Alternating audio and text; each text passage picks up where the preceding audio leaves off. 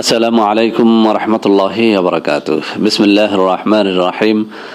আলহামদুলিল্লাহি রাব্বিল আলামিন ওয়াল আকিবাতু লিল মুত্তাকিন ওয়াসসালাতু ওয়াসসালামু আলা নাবিয়্যিহি মুহাম্মাদিন ওয়া আলিহি ওয়া আসহাবিহি আজমাইন। আম্মা বা'দ। সম্মানিত দিনদার ভাই বোনেরা, আজ আমি আপনাদের জন্য অত্যন্ত চমৎকার একটা ভিডিও নিয়ে হাজির হয়েছি। বন্ধুরা আমার, আল্লাহ রাব্বুল আলামিন এই পৃথিবীতে লাখো কোটি প্রকারের গাছ গাছরা তৈরি করেছেন। আমরা যখন একটা রোগের জন্য 10টা গাছ গাছরা নিয়ে ভিডিও করি, তখন অনেকে বিরক্ত ফিল করেন এবং তারা বলে থাকেন যে স্যার, আপনি ওই রোগের জন্য একটা ভিডিও করবেন, সেখানে এত ভিডিওর দরকার কি? বন্ধুরা আমার, যদি জ্বরের উপরে ভিডিও করতে গিয়ে আমি 10টা গাছের সন্ধান পাই, আমার সেই ভিডিওগুলো আপলোড করতে দোষটা কোথায়? আমি যদি আমার পুরুষ বন্ধুদের যৌন রোগের চিকিৎসা করতে গিয়ে এই গাছগাছরার মধ্যে থেকে 40টা 50টা বা 60টা গাছের সন্ধান পাই, এই প্রত্যেকটা গাছের গুণাবলী এখানে প্রকাশ করতে দোষটা কোথায়? তো বন্ধুরা আমার, একই রোগের উপরে অনেক ভিডিও দেখে যারা বিরক্ত হন, তাদেরকে বলবো আপনার যেটা প্রয়োজন সেটা আপনি খুঁজে নেন। যেভাবে একটা দোকানে অনেক রকমের চাল থাকে, আপনি যে চালটা পছন্দ করেন সেটাই আপনি কিনে নিয়ে যান। সমস্যাটা কোথায়? সেজন্য তো দোকানদারকে আপনি গালাগাল করতে পারেন না যে আপনার দোকানে এত প্রকারের চাল কেন। তো যাই হোক বন্ধুরা আমার, আজকে চমৎকার একটা গাছরা নিয়ে কথা বলবো। এই গাছরার উপরে ভিডিও দেওয়ার জন্য আমাকে অনেক বন্ধুরাই এর মধ্যে রিকোয়েস্ট পাঠিয়েছিলেন। সেই গাছরাটির নাম হচ্ছে সাদা লজ্জাপতি। তো বন্ধুরা আমার, সাদা লজ্জাপতি বলেন বা সাদা লজ্জাবতী বলেন, আমরা দুটো নামই চিনি। আর এই লজ্জাবতী বা লজ্জাপতি গাছের আরও একটা প্রকার রয়েছে, সেটি হচ্ছে লাল লজ্জাপতি বা লাল লজ্জাবতী। তো বন্ধুরা আমার, আজকে কথা বলবো সাদা লজ্জাবতী গাছ নিয়ে। এর কি কি উপকারিতা আছে, বিশেষ করে আমাদের পুরুষ ভাইদের বা বিবাহিত বা অবিবাহিত তরুণ এবং যুবকদের এটি কি কি কাজে লাগে সেই বিষয়টি নিয়ে কথা বলবো। বন্ধুরা আমার, আমাদের একটা সমস্যা হচ্ছে কি, যে গাছের যতটুকু গুণ আমরা আমাদের ভিডিও যাতে মানুষে দেখে সেজন্য অনেক বাড়িয়ে বাড়িয়ে বলে থাকি। আলহামদুলিল্লাহ, আমার এই বদঅভ্যাসটি নেই। যে গাছটার যতটুকু গুণাবলী আমি বিভিন্ন পুস্তকের মধ্যে পেয়ে থাকি, সেটাই কিন্তু আমি আপনাদের সামনে প্রকাশ করে থাকি। তো বন্ধুরা আমার, এই সাদা লজ্জাপতির অনেকগুলো গুণ রয়েছে। তার মধ্যে একটা প্রধান গুণ রয়েছে যে এই গাছের শেকড় একটা বিশেষ নিয়মে যদি কেউ ধারণ করে, অর্থাৎ এটাকে মাথুলির মধ্যে ভরে অথবা সুতলির সাথে গেঁথে এটাকে যদি কোমরে ধারণ করে, তো তার বীর্য স্তম্ভন হয়। তো বন্ধুরা আমার, বীর্য স্তম্ভনটা কি, আপনারা যদি একটু গুগলে গিয়ে বীর্য স্তম্ভনের উপায় লিখে সার্চ দেন, আপনারা অনেকগুলো কলা কৌশল পেয়ে যাবেন, অনেক তন্ত্রমন্ত্র পেয়ে যাবেন, অনেক তাবিজ কবজ পেয়ে যাবেন। যে তাবিজ কবজ বা তন্ত্রমন্ত্র বা যে কোনো গাছগাছরা ধারণ করলে আপনার বীর্যটা স্ত্রী সহবাসের সময় খুব দ্রুতই আউট হয়ে যাবে না, এটাকেই বলে বীর্য স্তম্ভন। তো বন্ধুরা আমার, এই বীর্য স্তম্ভনের অনেক উপকরণ রয়েছে, সত্যিকার অর্থে অনেক উপকরণ রয়েছে।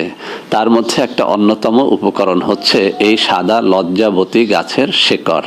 তো বন্ধুরা আমার কাছে এই বিষয়ে ভিডিও চাওয়ার পরে মূলত ঘাটতে গিয়ে আমি অনেকগুলো ভিডিও দেখেছি, কিন্তু সত্যিকার অর্থেই আমার বড় অনুতাপ হয় যে কিছু মানুষ এতটাই ভাটপার, এরা সাইনবোর্ডটা নিয়ে দিয়েছে যে সাদা লজ্জাবতী গাছ আপনি কোথাও পাবেন না, একমাত্র আমার কাছে আছে।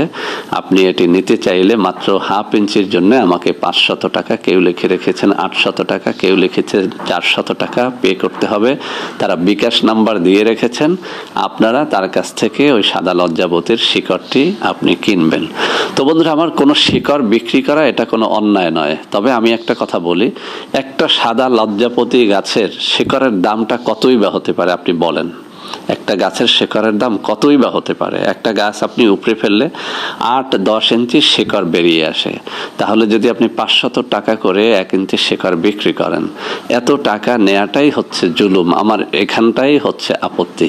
তো যাই হোক বন্ধুরা আমার, এই সাদা লজ্জাবতী গাছ একসময় আমাদের এখানে প্রচুর পরিমাণে ছিল, যে কোনো কারণে এখন আমার হাতের নাগালের মধ্যে নেই।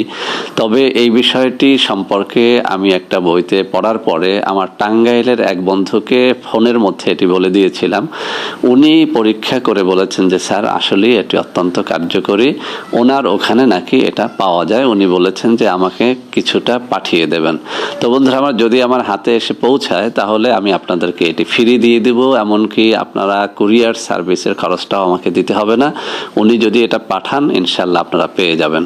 তো বন্ধুরা আমার, শুধু যে এই কুষ্টিয়াতে বা টাঙ্গাইলের মধ্যেই এটি রয়েছে সেটা না, আসলে সারা বাংলাদেশেরই বিভিন্ন বনে জঙ্গলে সাদা লজ্জাবতীটা পাওয়া যায়। আপনারা একটা বিষয় লক্ষ্য করবেন, যেখানে লাল লজ্জাবতী গাছটা রয়েছে তারই আশেপাশে কোথাও না কোথাও সাদা লজ্জাবতী গাছটা রয়েছে। মূলত এই সাদা লজ্জাবতী এবং এই যে লাল লজ্জাবতী এটি একদম পাশাপাশি জন্মে থাকে। যেখানেই আপনি সাদা লজ্জাবতী পাবেন তারই আশেপাশে লাল লজ্জাবতীটা পেয়ে যাবেন, আবার যেখানে লাল লজ্জাবতীটা পেয়ে যাবেন তার আশেপাশের কোনো না কোনো জায়গায় আপনি সাদা লজ্জাবতীটা পেয়ে যাবেন। অতএব যেসব কবিরাজেরা বলতেছেন যে এটা তাদের কাছ ছাড়া কোথাও পাওয়া যাবে না, একদম ডাহা মিথ্যা কথা। আপনি একটুখানি খুঁজলে পেয়ে যাবেন। সাদা লজ্জাবতীটা একদম তো আর সাদা কাপড়ের মতো বা সাদা দুধের মতো সাদা হয় না, এটা হচ্ছে সবুজ, সবুজ মানে স্বাভাবিক। আর যেটা লাল লজ্জাবতী সেটা একটু হালকা খয়েরি কালারের। আমি এখানে দুটো গাছেরই ছবি দিয়ে দেব যাতে আপনারা বুঝতে পারেন। তো বন্ধুরা আমার, এই সমস্ত বই পুস্তকের মধ্যে এই সাদা লজ্জাবতীর যে নিয়মটা বলা হয়েছে সেটি হচ্ছে আপনাকে যে কোনো শনিবার অথবা মঙ্গলবারে এই গাছটি একদমে অর্থাৎ এক শ্বাসে তুলে নিয়ে আসতে হবে।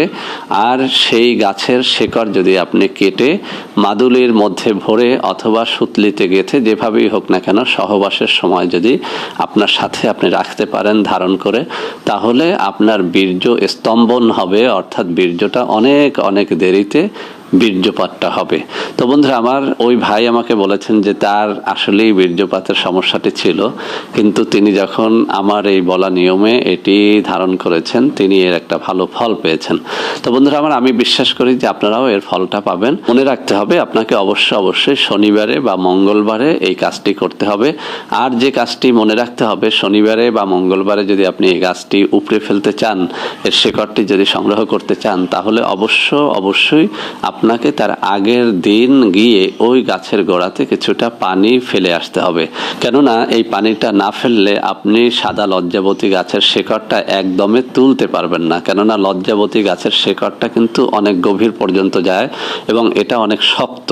সে কারণে আগের দিন গিয়ে আপনি কিছুটা পানি ওখানে ফেলে আসবেন। এর মধ্যে সেরেকের কিছু নাই, শুধুমাত্র গাছটা উপড়ে ফেলার জন্য এই পানিটা ফেলে আসবেন, যাতে পরদিন আপনি অর্থাৎ মঙ্গলবার বা শনিবার সকালবেলাতে গিয়ে আপনি যাতে একদমে এটি তুলে ফেলতে পারেন।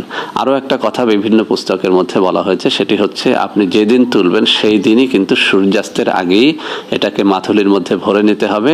অর্থাৎ আপনি যেটুকু ব্যবহার করতে চান সেটুকু ওই শেকড় থেকে আলাদা করতে হবে। আর একই শেকড় থেকে আপনি 8-10 জন পর্যন্ত ব্যবহার করতে পারবেন। 1 ইঞ্চি বা হাফ ইঞ্চি নিলেই কিন্তু এর একটা কবচ তৈরি হয়ে যায়। তো বন্ধুরা আমার, যেহেতু এক ভাই বলেছে আমি বিশ্বাস করেছি, আপনারাও এটি ব্যবহার করে আমাকে জানান। যদি এটি সত্যিকার অর্থে আরও বেশি পারফেক্ট মনে হয় তো এটা নিয়ে আরও বিস্তারিত একটা ভিডিও আমি করব। তো সে পর্যন্ত সবাই আমাদের সাথেই থাকুন। ভিডিওটি ভালো লাগলে লাইক করবেন, কমেন্ট করবেন, শেয়ার করবেন, আমাদের চ্যানেলটিকে ভালোবেসে সাবস্ক্রাইব করবেন। আল্লাহ হাফেজ। আসসালামু আলাইকুম ওয়া রাহমাতুল্লাহি ওয়া বারাকাতুহু।